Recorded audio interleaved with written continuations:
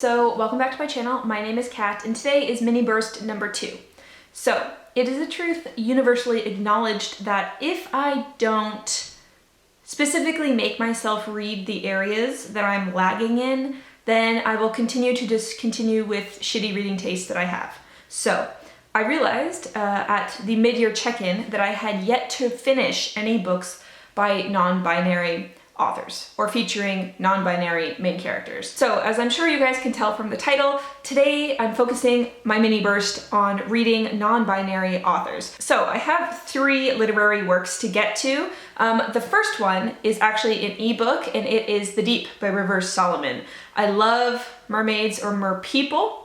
And I know that this story is very dark. It's also very short. It's also by Rivers Solomon, and they identify as non-binary. The next one is a poetry collection by Ray White, and it's called Milk Teeth. So this just says that the poems focus on category, identity, form, and gender. And then the last one that I want to get to is When the Moon Was Ours by Anna Marie McLemore, who is also a non-binary author. So those are the 3 things that I'm going to go ahead and read during this mini burst. So I will check back in with you guys when I have something to say. I'm here with the first chapter check-in for The Deep by Rivers Solomon.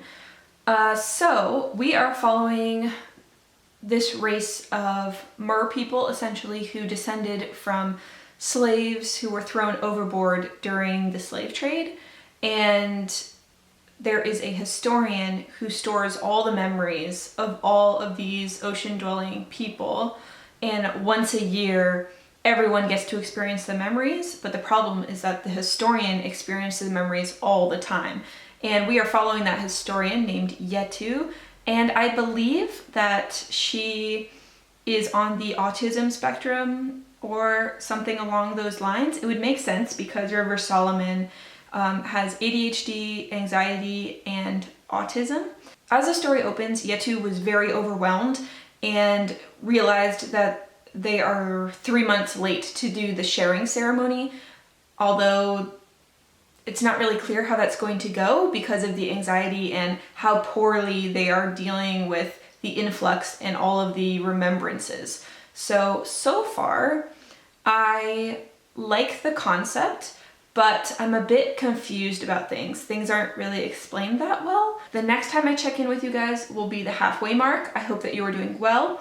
And yeah, that's all for now. Hey guys, so it is so many days later, and I am just filming my halfway thoughts for The Deep by Rivers Solomon. So I am torn between loving it because I love anything having to do with mer people or like oceanic beings that have sentience, and being really confused. Okay, so let's get into it. So halfway through, the main character makes this decision, and then the next chapter we switch to a point of view which is using a non-binary system, calling themselves us and they, and it took me so long to understand that we were following a completely different character, because up until that point all of the previous chapters were from one point of view, which was she, her. So I didn't click on that it was a different character. I thought that the character had, maybe because it said many years had passed, I thought that at first our main character had over time decided to use the pronouns us and they instead of she, her. It took me so long to figure out we were with a different character, because it was not made clear at all. Like the timeline was so messed up and like no frame of reference, which is fair because if the being is living in the ocean, I guess they don't tell time the same way that we tell time. So at that point, we're getting more backstory of how the Wajinru, or the ocean-dwelling creatures, have come to be, and their very tragic and like horrendous backstory. And then we switch back to our first character, who has found a new location, and she makes some tentative friendships and might start to be developing relationships with those people or those land dwellers. And yeah, so I just don't really know.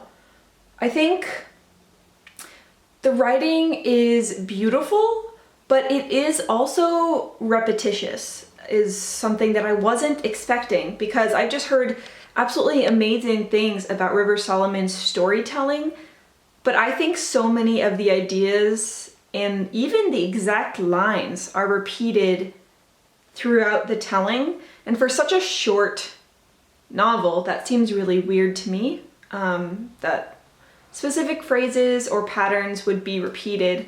Now, I have heard some Black reviewers say that this is supposed to be viewed as an oral tradition narrative, where if someone was telling the story, they would use that cyclic speech in order to get like the rhythm of the story going and help them remember and stay on track, which is fine, but I'm also reading it from the point of view of a book or a novella, because that's what it is. I think perhaps if that's the case, then if I ever decide to reread this, it might be really awesome to listen to it on audio, because that might get more of the oral tradition of storytelling that River Solomon was intending, potentially.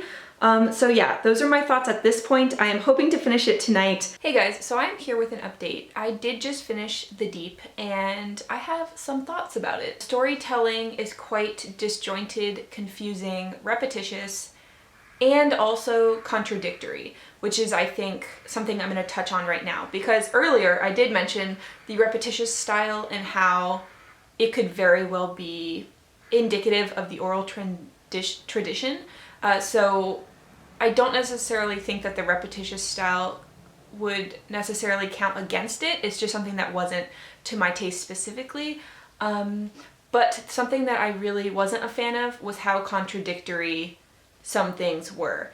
And I'm not sure if it was intentional or if it was accidental. So there were 3 different parts throughout the last half of the novel where basically a character says something and then pretty much the opposite thing happens.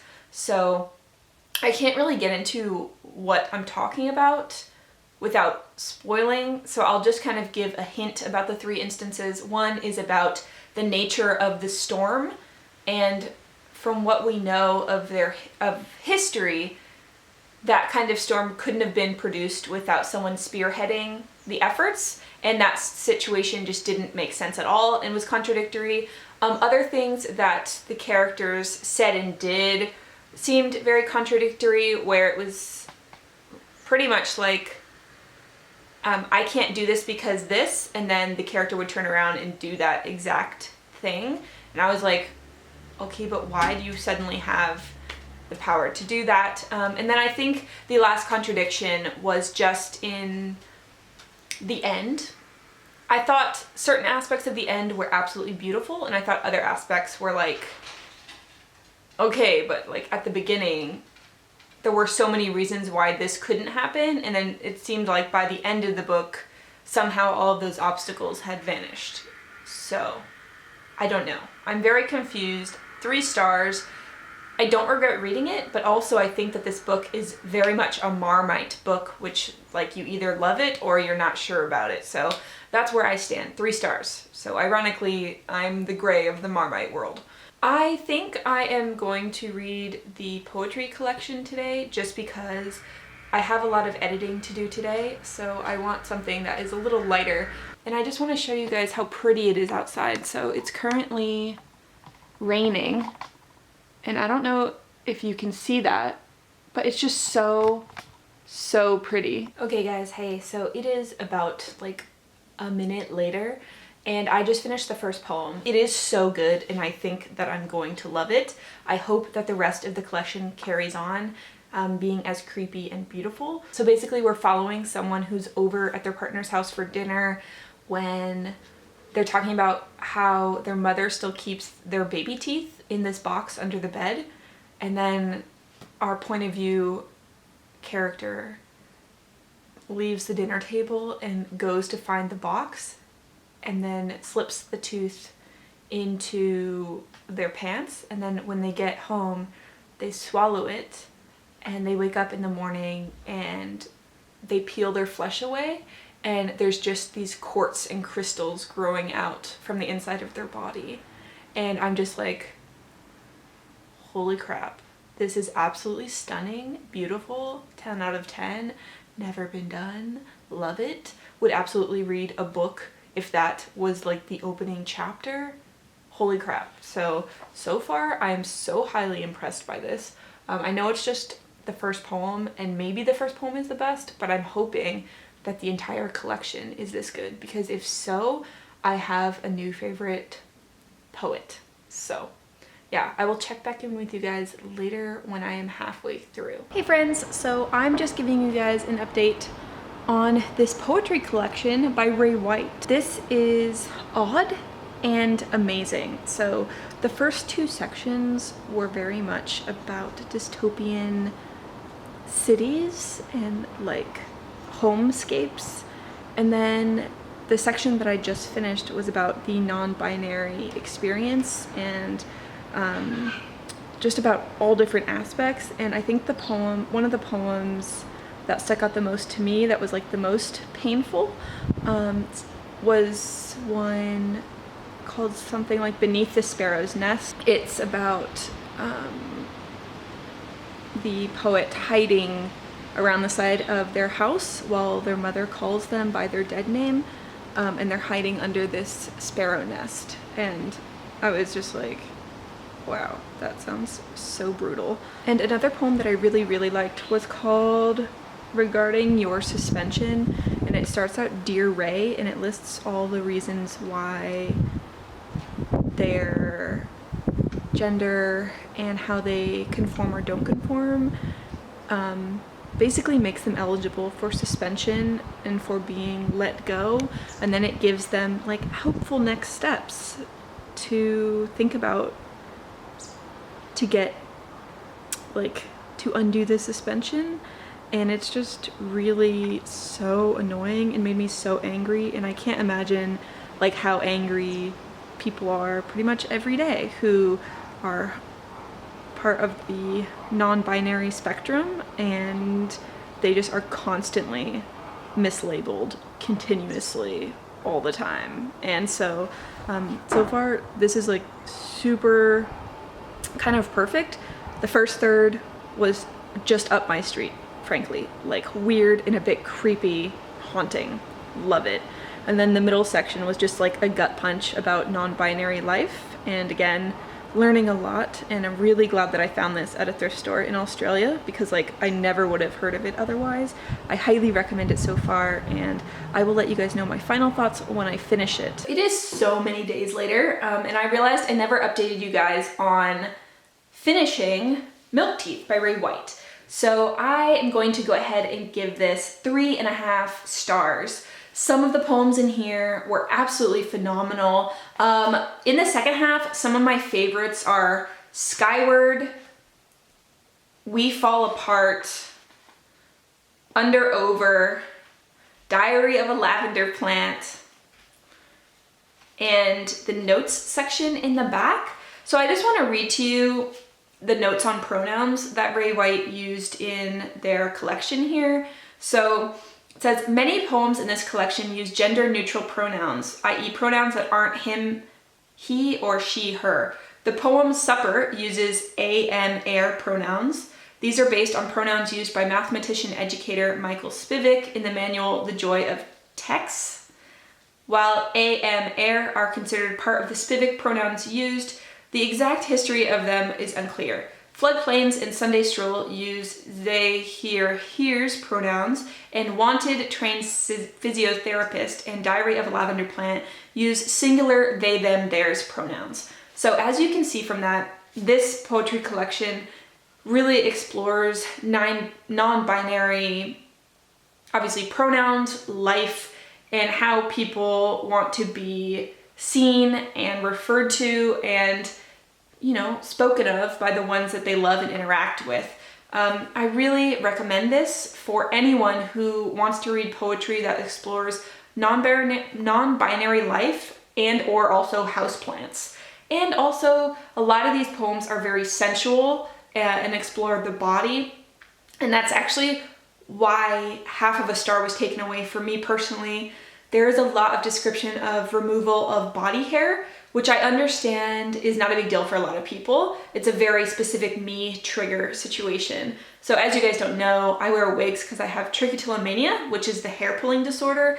So many of the poems in here that we're talking about just different ways of removing hair from the body, I was actually really uncomfortable and kind of not nauseous, but right on the edge of being like a little triggered. So I really don't recommend it for people who maybe have what I have or don't like descriptions of hair removal. It's a very specific thing, but I thought I would just mention it in case I have anyone watching who's like me. But overall, I really enjoyed this, and as you can see, these are all the bookmarks of all my favorite poems. It's a few hours later, and I am in the world's most unflattering lighting ever, but I just wanted to film this before I take a shower. I read the first chapter of When the Moon Was Ours. We are following a young Pakistani boy named Sam, who is an artist, and he kind of keeps a low profile in town. And it's documenting the way that a water tower that was rusted out was taken down, and when it crashes and the water spills out across the field, there's a young girl that they find in the field. And basically he goes forward to help her because she's screaming, and her name is Miel, M-I-E-L, Miel, and they're known as Honey and Moon from then on because they're inseparable, and he paints moons for her because she says that she lost the moon, and her name means honey, I think. So that's why they're Honey and Moon, and I really, really love it from the first chapter that I've read.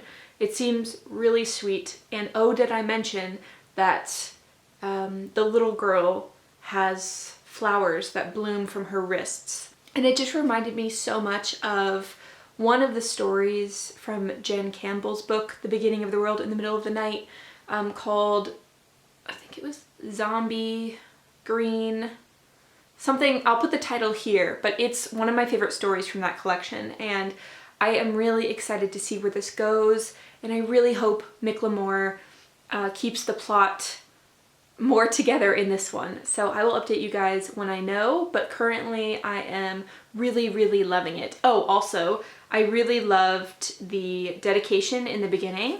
So this is what it says. It says, "To the boys who get called girls, the girls who get called boys, and those who live outside these words, to those called names and those searching for names of their own, to those who live on the edges and in the spaces in between, I wish for you every light in the sky."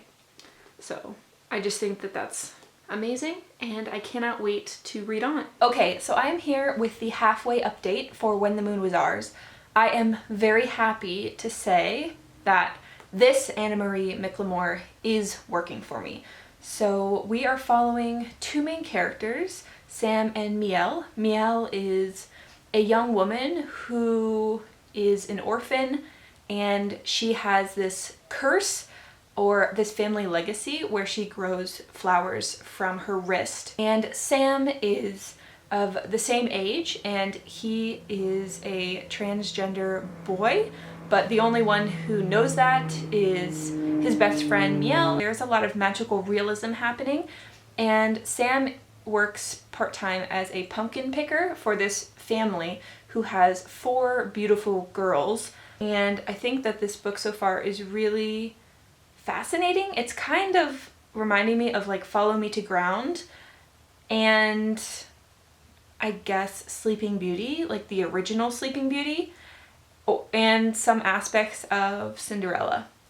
So there's a lot going on, and I am definitely really enjoying it so far. I almost didn't film this wrap up because I got halfway through and something really crucial just happened, and I need to figure out what it is.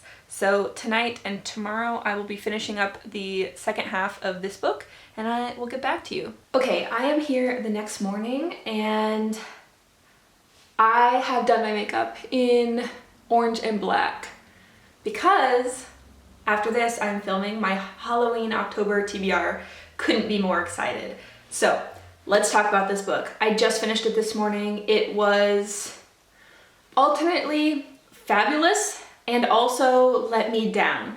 So I'm not gonna get into any spoilers, but certain elements of this book I really loved, and then so many elements of this book I felt just like didn't follow through, if that makes sense. Like the main contention, the main antagonists, you could say, I think their whole back and forth with Miel and Sam was a bit contrived and repetitious, and I didn't really believe it. McLemore relies a lot on the beauty of their writing style, where the plot leaves a lot to be desired. So I'm gonna end up giving this book 3.5 stars because I did really like want to know what happened, and I think that certain aspects of it are just entirely beautiful. So if you like very flowery writing and very, what can I say, where the story comes back around and back around and back around again, if that makes sense,